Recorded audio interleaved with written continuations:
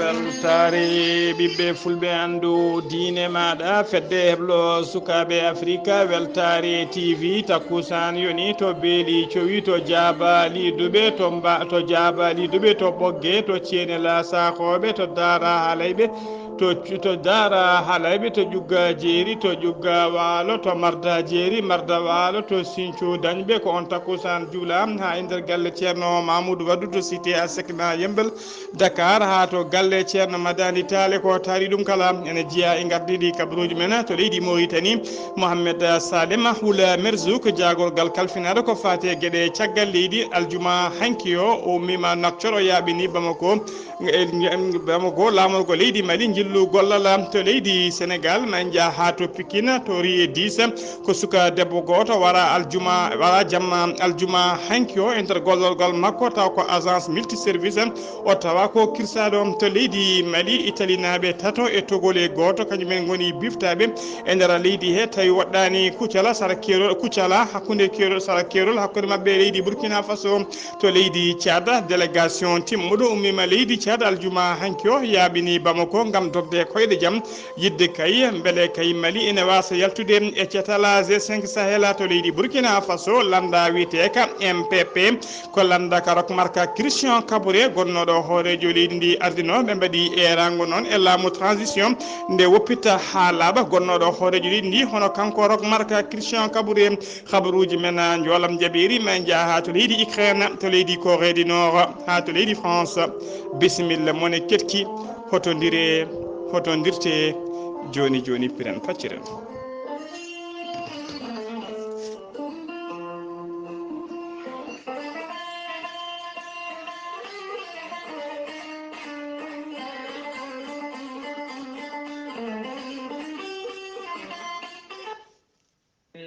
من الشيطان الرجيم الذين إذا أصابتهم مصيبة قالوا إنا لله وإنا إليه راجعون صدق الله العظيم ɓataake jam gonɗaɗo hono Khadjata ceerno tawateɗo to ɓogge ko ɓi duttiɗo Abdoulaye ceerno tawa ɓi duttiɗo tawateɗo to Dakar Aminata Amadou ceerno to Afrique du Sud ko ɓi duttiɗo Aminata ceerno to Dakar ko ɓi duttiɗo Raki ceerno ko ɓi duttiɗo gonɗo e lawol mum faade Sinthiou dañɓe Mariam ceerno tawateɗo to Hayre Law ko ɓi duttiɗo Salif Sako tawateɗo to Afrique du Sud ko ɓi duttiɗo kañuma yettiniɗo wulago ngon kamɓe kala noon eɓe denta eɓe gullo dendagal bandiraɓe sehilaɓe tawateɓe falde ɓogge e falde Sinthiou dañɓe kala jaltugol aduna jinnaɗo mabɓe biyetenoɗo Lamina Baba Sako noon o ɓurno lollude ko ceerno Mariam Battuli Sako ko altine ko ceerno Mariam Battuli Sako ko ñande ko ñalawma hannde o aseta hannde o yalti aduna to Sinthiou dañɓe hollirama noon ko alida janggo o wirete ɗon to Sinthiou dañɓe ɗo en donima dendagal bandiraɓe kala Sinthiou dañɓe naɓe ha tengti e musidɗo men sehil men Salifa Sako en fedde heblo sukaɓe Afrique e gardugol ceerno Habousa Diallo e dendagal catal heblo sukaɓe Afrique ngal Afrique du Sud kala en donima musidɗo men Salif Sako eɗen mbiya tan de Allah yurmotomo yaafomo harnamo aljanna kanko e dendagal mayɓe julɓe kala allahumma amina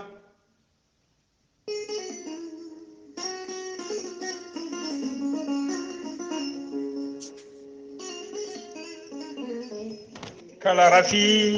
mo Allah addi ene jogui kene safra ɗum kala rafi ene jogui caforo ɗum an ganduɗo e rafima donkuɗo hebde hen safara ha no hannirta ni an dankuɗo famde ɓandu mum tinɗo musalla walla rafine somi e nder ɓandu mum waɗ feere jokkodira e ceerno Djiby Sy joni jiɗɗa hoorema ceerno Djiby Sy ko gandu bindi jaadinde ɓalawal e danawal kala laaɓaɗo leɗɗe safriyanke safruji fina tawa ceerno Djiby Sy ene safra rafiji kewɗi ɗe jiida cirol ceerno Djiby Sy ne safra dendagal rafiji worɓe omo jogui leɗɗe so fewninima hen payande ɗiɗi ha payande tati dendagal to rafima yarata banggue goragu ma yiito hoorema goragu ma arta ha e cagatagal ma ceerno Djiby Sy ne jogui leɗɗe fannuji tati hen fannu goto so tawi a ƴetti leɗɗe ɗe fodde 14 rafini yalta ma ha laaɓa fannu goɗɗo ko fodde 19 rafini yalta ma ha laaɓa fannu keso mo yiiti joni waddete koye gawri samme walla gawri ndemiri so tawi a hutorima ɗum fodde 100 rafini yalta ma ha laaɓa ceerno Djiby Sy ko labdo reedu malaɗo wone so yannama ka miskino safruma ha mbiya weng tawa hay mbuɗo a yoɓani so wona wonduɓe rafiji ɗiɗi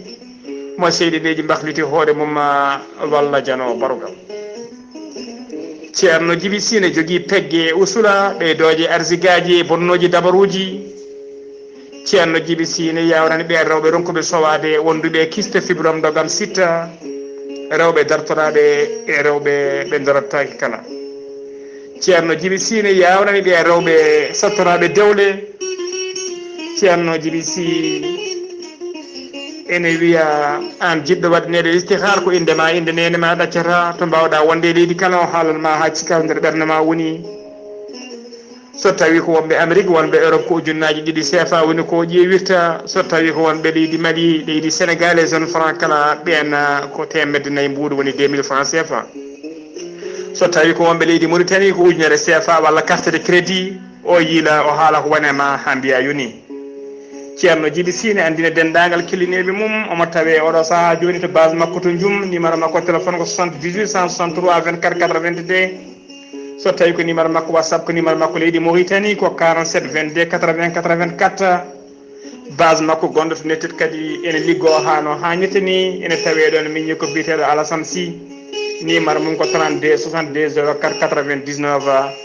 ceerno Djiby Sy ko ma Allah luɓiri gandal labde reedu malaɗo woni e mbadden danɗo faade makko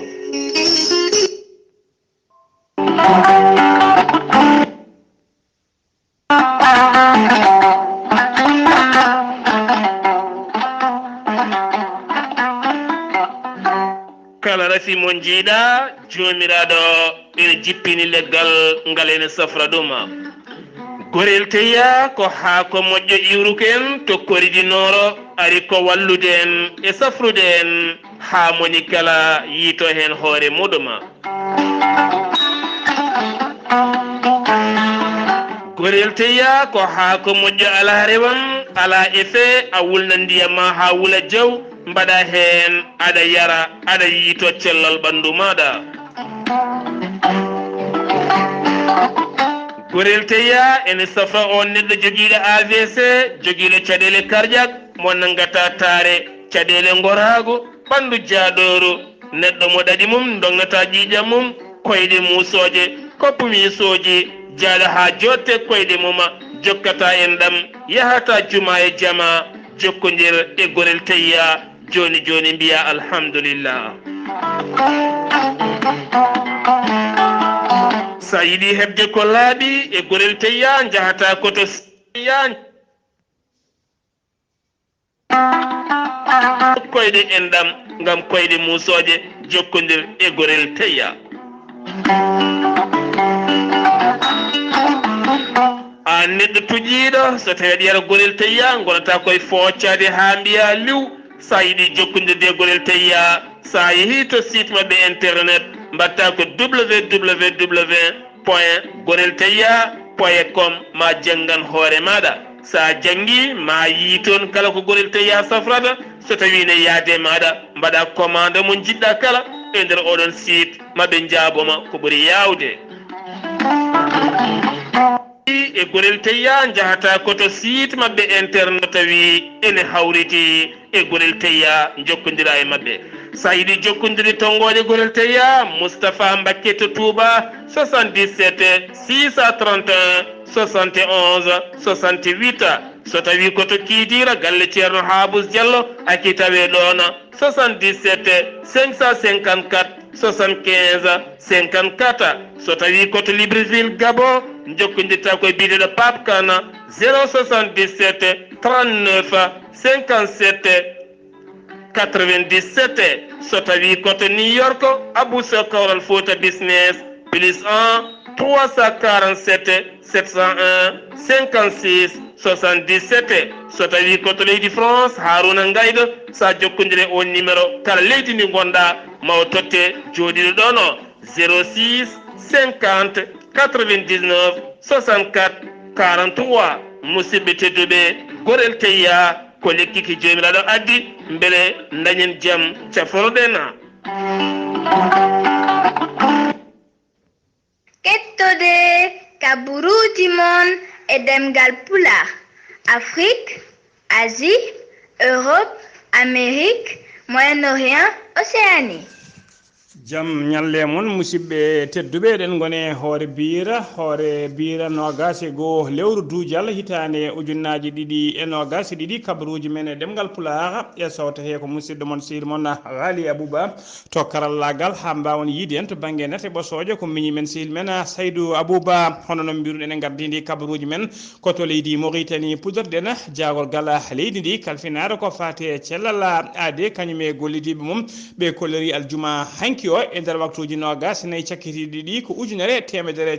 temedere capantato e yimɓe jeetato woni holkisaɓe e nder holkiso he noon hen temedde jeenayyi capanɗe jeenayyi ko test rapide woni test jawɗo temedere capantato e jeenayyi o heddiɓe ɓe ko test laboratoire tawama e nder ɓen holkisaɓe hen capantato e tato e jaati ko fiɗaɓe boroso covid 19 e ɗum tengtino tan e oɗo saaha joni refi o kadi koko feeñi hano arti koko no feeñi no feewi oɗo saaha joni arti nder leydi he ɗum noon eɗen mbiya tan bandiraɓe nde tinnoto e kala saaha mbaɗa cuumorɗe kadi coɗoro sabunne mbaɗa gel e kala saaha nden to ha tengti noon e nokkuji dendaɗi ɓe kolleri kadi e ɓe kolliri noon e nder oɗo saaha joni e nder leydi Mauritanie ko sappo jeeɗiɗo neɗɗo koni men tini ko tigi oɗo saaha joni yimɓe sappo jeeɗiɗo neɗɗo kepti cellal mumen leydi Mauritanie ene yara ñalawma hannde o ene jogui temedde ɗiɗi e capantato e yimɓe joyo tawa kadi ko wonduɓe tawateɓe juuɗe safroɓe wonduɓe boros coronavirus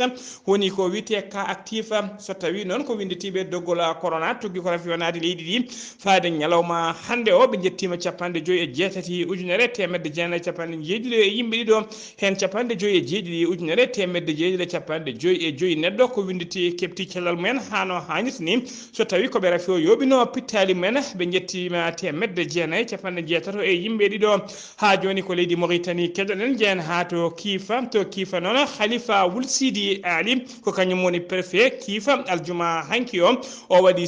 supervisé ko fati peccugol nguura wonande kay yoga e yimɓe taw ko ɓurɓe miskinade tawateɓe e nder ndeɗon falde walla wuuro ngo fenden kan nguura noon ko groupe taw ko ɓen yimɓe joguiɓe yimɓe taw ko yimɓe woni tigui ɓen yimɓe taw ko joom ngaaluji seeɗa walla yimɓe cadre uji kañumen tigui mbawi rendinde koppireje mumen ɓe mbawi wadde ɗum ɓe kolleri kadi ɓe mbaɗi ɗum waɗama toon supervisé ko fati kay e nannugol robin ngaji wonande galleji ɓen ɓurɓe wonde miskineɓe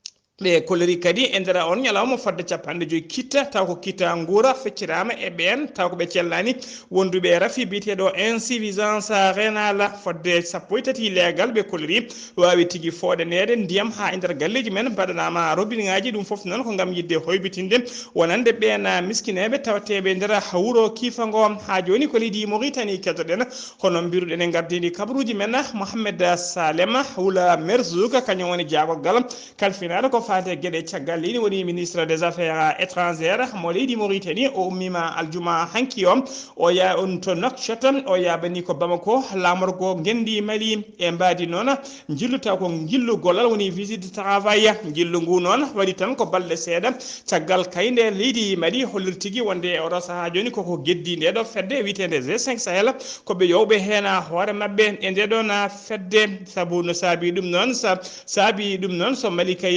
saabi ɗum holliremi noon saabi ɗum wonde kay so Mali yaltin e nde ɗo fedde witende G5 Sahel laamu leydi Mauritanie holliri tigi ɗum ɗon wona hunde fewde no feewi ko ɗum saabi noon sikka tigi o dogi toon ko yaadi toon noon ko dogde koyɗe jamna beele kay leydi Mali ene wasa yaltude nde ɗon fedde siftinde on noon ko gila ñande sappo jeeya lewru duujal gonɗen ɗum Mali hollirno wonde koko waɗi suspendi on tigi koko yowi hoore mum e dendagal golle fedde nde kala nde ɗon witende G5 Sahel rendinde leyɗele joyyi woni leydi Mauritanie leydi Mali Niger Burkina Faso e leydi Tchad ko ɓoyani ko noon hono Mohamed Bazoum kañum woni hoorejo leydi Niger o waɗino haalande makko noon e radio ji local ha e radio RFI international hollide kay wonde leydi Mali so yalti e fedde G5 Sahel ɗum ne wayno fedde G5 Sahel nde ko nde sankine ni e oɗo saaha joni ko leydi Mauritanie keddoɗen ñande alkamisa ɓennuɗo ko étudiant Mauritanie najo goto gurɗo e nder leydi Turquie to Istanbul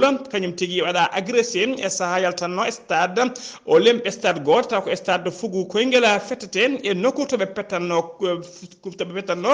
match football taw ko championnat ɓen wiyeteɓe étudiant ji taw ko étudiant ji waɗoɓe médecine juanno amical on championnat ɓe ɗum tigi ko championnat amical des médecins internationaux hollirama noon o fiyama labɓe tati e damal e saaha to yaltata ɗo ko ɗon tigi o yani o wawi wona wiyete hôpital o wawi waddede toon opération chirurgical enquête noon nana udite hen beelen ande kay holko saabi ɓeɗon ene piyamo ɗeɗon labɓe ha joni ko kabaruuji men ɗemngal pulaar seno mima to leydi Mauritanie koto leydi Sénégal paaɗen jen ha to Pikine noon ko tana musɗo waɗi toon to legal Pikine Dakar rue 10 ko suka debbo goto jaarowo duuɓi capanɗe tati e ɗiɗi gollotonoɗo e nder agence goto taw ko agence multi service e nder Pikine to rue 10 kañum tigui tawa ene wara e nder gollorgal makko taw kadi ko kirsaɗo ɗum waɗi ko ñande jamma aljuma hanki o kanko baraɗo o noon hollirama tigui ko coynoɗo kadi reedu ndu ne yaranno e lebbi joyyi suwa taw andede noon hol jooɓiɗo fittandu makko e hol kadi ko saabi ene yowmo fittandu makko ha joni ko leydi Sénégal keddoɗen ko fate dawrugol hono député Moustapha Gouray Sy ko kañum tigui windi ɓatake mum e nder on ɓatake o sifande makko noon hollide kay wonde oɗo saaha joni o démissioni woni tigui o woppiti golle won ardade kay wonde hoorejo commission de communication ngal ɗon diɗɗal landaji taw ko landaji lunda bitegal yewni eskani o holliri noon taw kadi oɗon démission mo waɗi wona ha lewru maya wona ha goɗɗo lomtomo walla ha janggo ko effet immédiat woni tigui ko ɗon e ɗon o waɗi démissionné kadi ko ɗon e ɗon démission o woni tigui natata e golle muma o waɗi erago noon kanko Moustapha Gouray Sy député o faade kay e ɓen tambiɓe ngal ɗon diɗɗal landaji lunda bitegal yewni eskani nde ɓe mbawata habrude dendagal ardiɓe landaka kala ha joni kabaruuji men ɗemngal pulaar ñande alarba kikiɗe sappo e jeetati lewru duujal gonɗen nduɗon hollirama tigui ko préfet mo région biteɗo région mo biteɗo région biteɗo Pescara Guingarlo di Vincenzo kañum tigui bismi to wiyete palzo de la gouverneur ambassadeur joɗiniɗo leydi Sénégal e nder leydi Italie hono biteɗo papa Abdoulaye Seck noon orani goto omo arduno toon e consul honoraire mo Sénégal e nder ɗiɗon région ngaji ko wayno région mo Ambrosien ha to région mo Matam ha ɗiɗo ha to wiyete Émilie Ramagne e wondude e premier secrétaire général taw ko wondude kam woni chef de service consulaire hono biteɗo Ndiaye Thioro Diarietou Diop wondude e secrétaire général fedde émigré ji to Sénégal naɓe tawateɓe nder ha leydi Italie biteɗo Momara Diouf visite o noon ene jiya tigui e programme woni juɓɓudi mo ambassadeur leydi Sénégal tawateɗe nder leydi Italie jogui oɗo saaha joni gam yidde joddade dendagal ɓesgu muɗum tawateɓe nder leydi Italie kala heɗade caɗele mabɓe e noɓe gurdito noon beele kadi ene wawa yettinde laamuji ɗe leydi Italie ɗeɓe tawate ha joni ko leydi Sénégal keddoɗen suka debbo goto Sénégal najo baraɗo warama to Maroc to leydi Maroc aljuma hanki o omo yaranno e duuɓi capanɗe tati e goho o wiyeteno noon ko Fatou Balde noon ko desaɗo kene wona joni duuɓi joyi o wara noon ko nokku to wuuro wiyetego Fara Salam noon koye banlieue mo Casablanca ine yakora noon tuma ko biteɗo joom galle makko kañum tigi warimo e saaha kayye ɓe dugde noddugo sattingo no fewi fimo piggal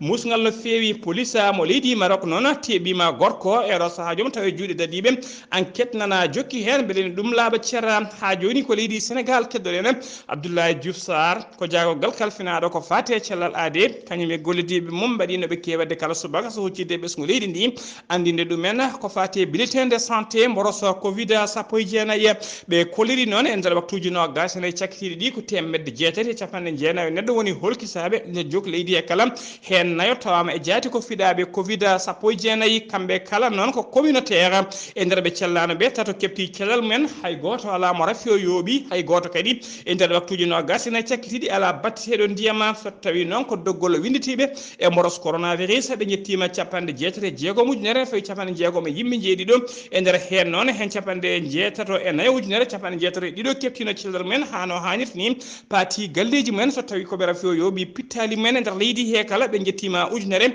e temedde jeenayyi capanɗe jeegomo e jeegomo neɗɗo so tawi noon ko ñalawma hannde o heddiɓe e juuɗe safroɓe nder leydi he kala koɓe sappo e jeetato neɗɗo so tawi ko fuɗɗiɓe ƴettude ñakku mumen tuggi ko ñakku ngo naati leydi ndi faade o saaha joni ɓe jettima million e temedde nayyi capanɗe jeeɗiɗi e joyi neɗɗo ene fawi temedde joyyi e capanɗe jeegomo e yimɓe ɗiɗo ha joni kabaruuji men ɗemngal pulaar to leydi Sénégal jeeyen ha to Casamance jabɓoɗen musidɗo men Amadou Kébé jaam ñalle ma barkato Ghali Abuu Bah kabaruuji garanɗen ɗo e nder Ziguinchor député ji Ziguinchor e député ji Oussouye député ji Bignona député ji Goudompa e député ji Kafountine kamɓe fof ɓe kawri ɗo hannde oɗo subaka eɓe jooɗi ɗo jonde ɗo wiyete maison de labbe hol jonde maɓɓe nde ɓe mbi ko eɓe kaalana ɓe noddi journaliste ji yo ngar eɓe kaalana population Ziguinchor e Casamance président de la république ko waɗi ɗo henna e jaam ko golli ɗo henna ko so neɗɗo gollima yo haale ɓe kollita golle ɗe noon e jaam o addi e Casamance o ɓe mbasa heɗade haalaluji bonnoɓe ɗum noon député ji APR e député ji opposant kamɓe fof hannde ɓe ndendi ɗo e nder subaka he ɗo e nder maison de labbe ɗo e nder Ziguinchor ana rakka eɗen gandi ko kurel ko dental ballowal population dognoɓe ɓe noddi mairuji e diwan kala ɗo dognoɓe goni ko wayno Sindiang e département Sindiang ɓe mbi yo mairuji ɗi noddu yimɓe ɓe dognoɓe ɓe goto fof yo artu e nokku muɗum jaam arti ballal ma heɓe artuɓe ɓe nana dañi balle kamɓe to ɓe goni to yoɓe gandu balle mbawa yaade toon soɓe gullitima balle ne balle mbawa yaade toon yoɓe gartu ɓe jooɗo e galleji mabɓe ɓe kuufa ɓesguji mabɓe ɓe kuufa guese mabɓe ɓe gona e liggade e leydi ndi ɓuuri koɓe goni e leyɗele janane walla e guure janane eɓe mbiya yoɓe balle kamɓe de yoɓe mbaw artude soɓe garti ballal ma yetto goto mabɓe foof ɗo woni e galle muɗum hanki noon ko ñalawma aljuma ina wayno imameɓe Ziguinchor e imameɓe département Ziguinchor kamɓe fof ɓe mbaɗi ko hutba goto hono Idrissa Gana Gueye dañƴo ɗeɗo balɗe eɗen gandi inde welde to l'islam wiyeede yo ɓorno wutte debbati gorkati walla gorkati enen mbiyata gor jiguel salademo e équipe makko to e France ɗum noon ina wayno immeɓe fof hutba o ko goto ɓe mbi yo andu eɓe jagganimo yeeso e caggal sawndoji fof eɓe gondi e makko eɓe mbaɗannomo duwaw jamma e ñalawma imam gara Dakar emo wiye Moustapha Lo o wi kanko dey o yamiri almameɓe ɓe goto fof ko jogui duwaw yo waw waɗandemo kanko oɗo Idrissa Gana Gueye ha ko waɗi ko Allah hokkamo nden o ɓernde wonde hen e l'islam weltanademo e wallude l'islam yehino ha to e nder Guinée Bissau eɗen gandi ɓenne kadi hanki hutbaji mumen ko ɓuuri hen hewde jaadi ko Idrissa Gana Gueye e weltanade ɗum e wallude l'islam e daranade l'islam e gollunade l'islam ɗum eɓe mbiya kala dennagal ɓiɗɗo Afrique ɗo wawi wonde yo wa no jikku Idrissa Gana Gueye ni diine muɗum yo jaran ɗum hunde foof hoto diine muɗum yeey e jawdi walla yeeya e martaba walla yeeya e laamu taw diine ɗe jaɓani ɗum noon Weltaare TV musidɗo mon Ahmadou Issaqa Kébé gorko mo mbotto joɗaniɗo ɗo henne Weltaare TV e radio men Zig FM yo Allah hokku en walde jaam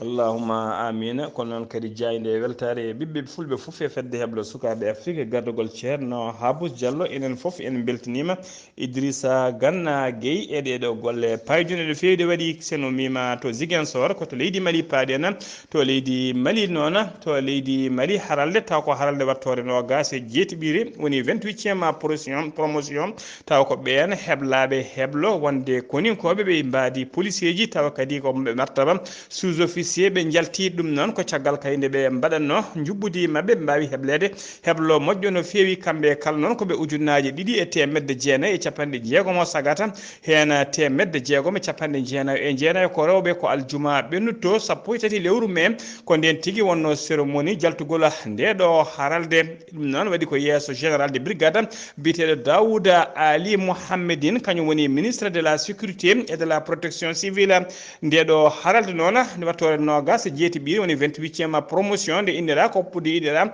ko l'adjudant des police biyetenoɗo Cheikh Abou Keita ine tawtora cérémonie o noon inspecteur général de la police biteɗo Souleymani Touré wondude directeur école nationale de la police wondude commissaire divisionnaire wondude commissaire divisionnaire biyeteɗo Sori Ibrahima Ousmana Sidibé e autorité ji kewɗi no fewi taw ko ardiɓe halfinaɓe to banggue koniyankagala ha joni ko leydi Sénégal di Mali keddoɗen to leydi Mali noon hono gonnoɗo directeur général agence nationale de développement des bis carburant hono ko wiyete ANEB catal biyetegal ANEB biyeteɗo Madani Mamadou Diallo o darima yesso ñawoɓe to tribunal commune 5 mo Bamako o ñawama noon ñawore makko yani ha laaɓi o taƴanama lebbi 6 e kaso taw ko sirsis noon woni tigui o natta kaso e nder lebbi 6 so tawi kay ala goɗɗum ko nangga o wawata nadde kaso e nder lebbi 6 he noon so tawi woodi ko tuma goɗɗum o wawa ruttede o wawa faade kaso ha joni kabaruuji men e ɗemngal pulaar to leydi Sénégal mayli keddoɗen ha joni to leydi Mali ko to gendarmerie to noon ko tumanoɗo wargo taw ko wargo debbo mo hinde caporal biyetenoɗo caporal Aïché Bari cokonoɗo kañum tigui majjimɓe lew on cokonoɗo kañum majjimɓe lew e nder ɗiɗon gendarmerie ji ɗum noon ko kawisa mawɗo no fewi wonande famille makko kala tawa kadi kanko suka cokonoɗo o barnoɗo oɗon debbo taw ko caporal Aïché on noon kañum ko joom galle makko walla mbiyen ko ƴamaɗo makko wonno biyeteɗo Mouhamed Haydara kanko Aïché Bari noon barnoɗo ɗon ko dariɗo mbiɗen mo hinde garda national mo yaranno duuɓi 30 pawdi seeɗa ko kanko wonno chef de poste agence bima tawateɗo Sara Imansi e nder légal hamdallahi e nder commune 4 mo Bamako o meeɗino resede noon haw dañje gorko desnoɗo mo adano sukaɓe tato caggal ɗum noon o seere on o wawi fottude e oɗon biteɗo Mouhamed Haydara ɓe ñamodiri ha tigui gilli woni hakkude mabɓe on ne tuma noon ko kañum yooɓi fittadu makko o waɗano noon ko jamma 8 ene wiyata 9 lewru duujal gonɗen ndu sanga 4h du matin o tawa komo wara omo dupa hawo hoñi e nder appartement makko to honno to hamdallahi gorko tumaɗo kañum yooɓi fittadu makko oɗon tawa ko ƴam makko kañum kadi wonno e wullude ene wi yimɓe yo paabom gaare paabe kam wiide kay yidde hollude wonde on mayde no sumi ko court circuit woni ko masse courant kañum yooɓi fittadu mum yidde kay beele yimɓe ene miijo ɗum caggal ɗum noon soka e nder gendarmerie e nder on gendarmerie to soka noon hollirama tigui e oɗo saaha joni o tawetake toon ko majjuɗo melewo ha joni ko leydi Mali keddoɗen Italie naɓe tato wondude togole goto woni tigui jeeyaɗo nder leydi Togo e Italie naɓe tato kañumen woni biftaɓe guilñade alkamis 19 lewru duujala gonɗen ɗum ɓe bifta noon ko sara wuuro Kucala to worgo Mali waɗɗani kerol hakkude mabɓe e leydi Burkina Faso ɓe bifta noon koye nder commune biteɗo Sinsena sara Kucala Italie naɓe biftaɓe noon hen goto ko sagata gorko jaaro duuɓi 50 wondude jinnaɓe mum ɗiɗo woni nene mum e bammum kanko sagata gorko mo duuɓi 50 o noon koye diine isayankoɓe mo hinde témoin mo Jeva noon jinnaɓe makko ɓe noon hen goto ne yaara duuɓi 50 ko kamɓe tato wondude togollajo kamɓe bifta ha e oɗo saaha joni noon suwa taw andede hol biftiɓe mo e biftiɓe ɓe kadi holko namdi kabaruuji men ɗemgal pulaar koto leydi Tchad paaden délégation timmuɗo ummima to leydi Tchad yaɓini Bamako guila aljuma hankino gasa lewru duujal nayiɓe toon noon ko dogde koyɗe jaam beele kay leydi Mali ene wasa yaltude ndeɗo fedde G5 Sahel hono cono joguiɗo konngol laamuli transition ngu leydi Tchad biteɗo Abdourahmani Koumalla o yewtidi ko juuti e oɗon horejo leydi ndi horejo leydi Mali hono colonel Azimi Koita addani siftinde o noon addani Mali yaltude walla yidde yewde hoore mum e oɗo saaha joni e fedde G5 Sahel ko caggal kayde sawru gorle ɓayrino e mabɓe ko nden tigui fedde CEDEAO walla fedde G5 Sahel nden sali rokkudeɓe sawru gorle ɗum wawde kay to banggue ardade fedde G5 Sahel kamɓene ɓe kolliri ɓaade kay ɓe ɗawama saaha kayde ɗum arte juuɗe mabɓe ɓe ɗawe ko ɗum addaniɓe yaltude nde ɗo fedde witende G5 Sahel ha joni kabaruuji men ɗemngal pulaar koto Burkina Faso paaɗen landa witeka MPP woni tigui landa ko rok marka Christian Kabouré gonnoɗo horejo leydi Burkina Faso ardi noon kamɓe ardiɓe ka landa noon ɓe mbaɗi oɗo saaha joni erago faade laamu transition ngu Mali transition ɗo conagui ko Burkina Faso nde woppitta ha laaɓa o biteɗo rok Christian Kabouré gannoɗo horejo leydi ndi molla mum derguita kaye guila ñande 24 lewru janvier hitande ujunnaji 2022 guila nden noon ko cokonoɗo taw koye badi surveillance résidence surveillé e nder galle goo tawateɗo legal waga 2000 e darde lewru avril nde noon o woppitanoma o faati galle makko to legal paddouam kono noon de ha joni ɓen tambiɓe landaka MPP ɓe kolori ha joni de kanko fo artude galle makko haɗani o woni tigui koye mbadi surveillance résidence surveillé saabu ɓe kollori hay saha nde wonno président leydi ndi e kala dimanche omo hewno yaltude o yaha tigui e nokku juulirɗo Issa Yankoɓe tawa kadi koto ɓe mbiyata cathédrale de Ouagadougou omo hewno arde toon kala aled ñande aleda wadde toon kay juulu makko kono noon ɓe kolori tugui kay ko laamu makko derguita ko arti galle makko faade oɗo saaha joni hay goto yiyanimo to église to cathédrale to hollirama kadi kanko rok marka Christian Kabouré gonnoɗo horejo leydi ndi ko neɗɗo bawnoɗo noddude téléphone aji e kala saaha bandi ko ene sehilaɓe makko kono guilandi en fayi oɗo saaha joni ala biyo heeɓi appel makko téléphone ɗum noon e hollir tigui wonde ha joni o heɓani liberté makko o woni koye jimadi dadiɓeɓe ɗum noon mbaɗi erago nde ɓen kay dokkatamo liberté makko ha laaɓa taw koko ɓuuri yawde e yaccat taw kadi haydara ala koɓe pawe makko woni tigui sans condition kabaruuji men ɗemgal pulaar kabaruuji men joolama jaɓeri koto leydi Ukraine paɗen aseta hannde 21 lewru duujal hitande ujunnaje 2022 watti balɗe 67 ko leydi Russie yani kay e leydi Ukraine hono ministre de la défense mo leydi Russie o holliri aseta hannde o wonde laaɗe makko diwoje mbawi yitude convoi mawɗo no fewi taw ko dimduno armuji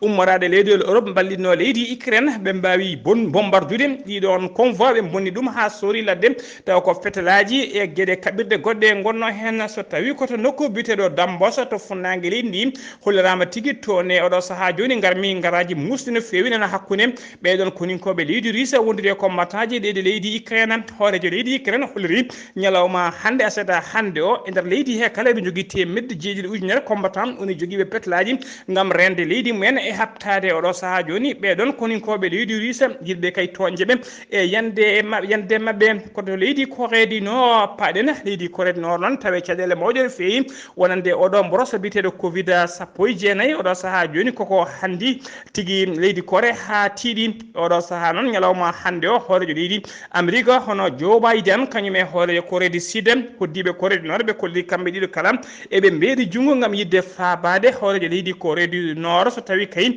ene hatojine ballal ɓe jiiɗi mbawi faabade ɗum ko fate habtade oɗo brosse biteɗo Covid 19 koto leydi France uddirten kabaruuji men to leydi France noon leydi France heeɓi gouvernement mum ha laaɓi e ñalawma oɗo saaha joni mo kalten hollirama tigui ardi gouvernement woni tigui premier ministre mabɓe ko debbo noon biteɗo Elisabeth Borne ko o kanko noon watti ɗiɗaɓo tugui kay ko leydi France diida fade ñalawma hande o ko debbo ene wona hoore jagoɗo leydi ndi e oɗo gouvernement noon mo Elisabeth Borne waɗi ko ɓuuri teskede hen noon walla surprise mawɗo tawateɗo hen ko suɓede kay oɗo biteɗo Catherine Colonna baɗaɗo ministre des affaires étrangères ko debbo walla oɗo debbo goɗɗo biteɗo Rima Abdellah Malek waɗede ministre de la culture ɗum foof noon surprise ɓurɗo mawnude e nder oɗo gouvernement ko tawede hen inde oɗo biteɗo Pape Ndiaye on waɗa ko ministre de l'éducation woni jagogal kalfinagal ko fate jangde e nder leydi France musidɓe tedduɓe gasi ha laaɓi ceer ko ɗum ɗo wonno komin tongal noon kabaruji men e ɗemgal pulaar e sawta hen ko musidɗo moon sehil moon Ghali Abuu Bah to karallagal ha mbawon yiden to ngenate ɓosoje ko Saydou Abou Bah so tawi koto Ziguinchor sponsor ko musidɗo men Amadou Kébé ketki malaki jam yo jam Allah jogomi jogo on